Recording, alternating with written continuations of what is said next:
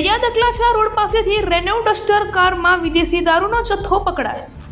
ગુજરાતમાં દારૂબંધી હોવા છતાં દિન પ્રતિદિન વિદેશી દારૂનો જથ્થો પકડાતો રહે છે. તારીખ 13/7/2024ના રોજ બીજા રાજ્યમાંથી લાવવામાં આવતો ડસ્ટર કારમાં વિદેશી દારૂ જેની આશરે કિંમત 3,32,400ની થવા જાય છે. તો શું આખરે બુટલેગરોને કોઈનો ડર રહ્યો નથી?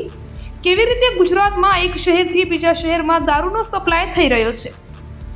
બીજા રાજ્યમાંથી ગુજરાતમાં જ્યારે કોઈ પણ ગાડી પ્રવેશે છે ત્યારે તેની પૂરેપૂરી ચકાસણી કરવામાં આવે છે. તેમ છતાં ગાડીઓ ફરીને કેવી રીતે વિદેશી દારૂ ગુજરાતમાં આવે છે?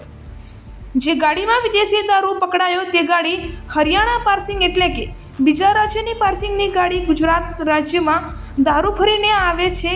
તેમ છતાં કેવી રીતે બોર્ડર ક્રોસ કરીને આવી શકે? હું અપોકો કુલદીપસિંહ હેમુભાઈ, કોકલ નંબર 1275, નોકરી LCB ખેડા નડિયાદ.